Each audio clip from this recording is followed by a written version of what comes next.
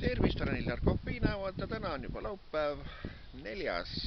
juuni aastal 2022 ja tahaks teha juttu juunikuu ajakirjadest Müstilised lood ja saatussaladused ning juunikuu ajakirjast Lemmik ja ka ajalehest Nelli Teataja, mis hiljuti ilmus. Juunikuu ajakiri Müstilised lood ilmus nüüd ühendajakirjana ehk siis Müstilised lood ja saatussaladused. Varemalt oli saatussaladused eraldi ajakirjana, aga nüüd on ta pandud kokku müstiliste lugudega.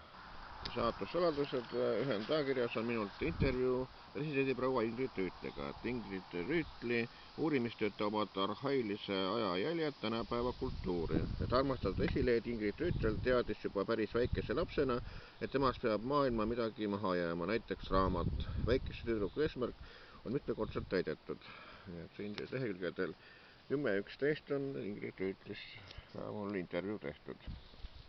Ja lehekülgedel 32, 33, 34 ja 35 on minult intervjuu poliitik ja doktor Viktor Vassiljeviga. Et Viktor Vassiljev unistas juba lapsena arstitööst.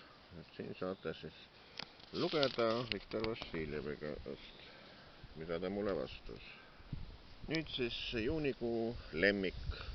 Ja minult on 2 intervjuud. Üks on Samaan Roland Valgekihvaga, kes töötab koos koeraga.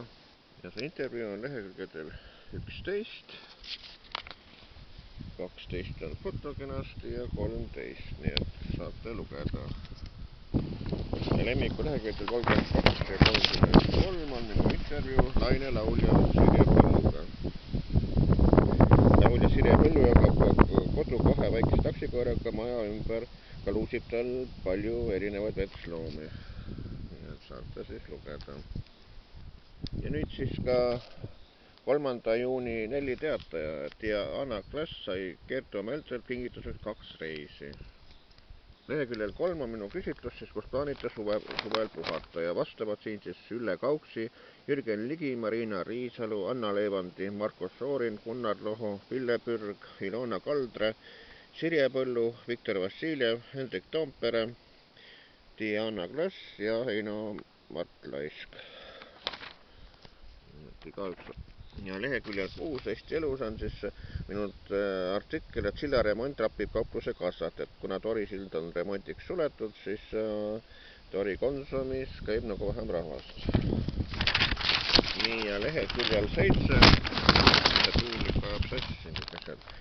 leheküljel 7 on siis Erki Savisaare eesmärk ei ole kindlasti mitte metsi lagedaks raiuda, et minu intervjuu siis Erki Savisaarega, kes on siis tänaseks juba eks-keskkonnaminister, nii et eile õhtul siis selgus, et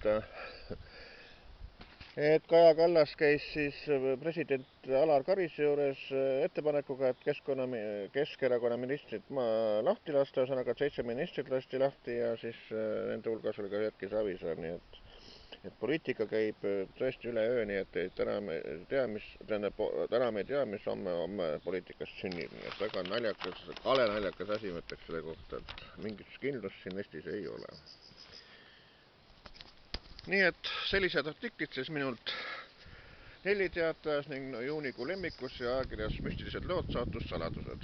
Soovitan kõigil lugeda, sest need on lugemisväärt väljaanded. Nii ütlen mina, Illar Kohviinäevalt.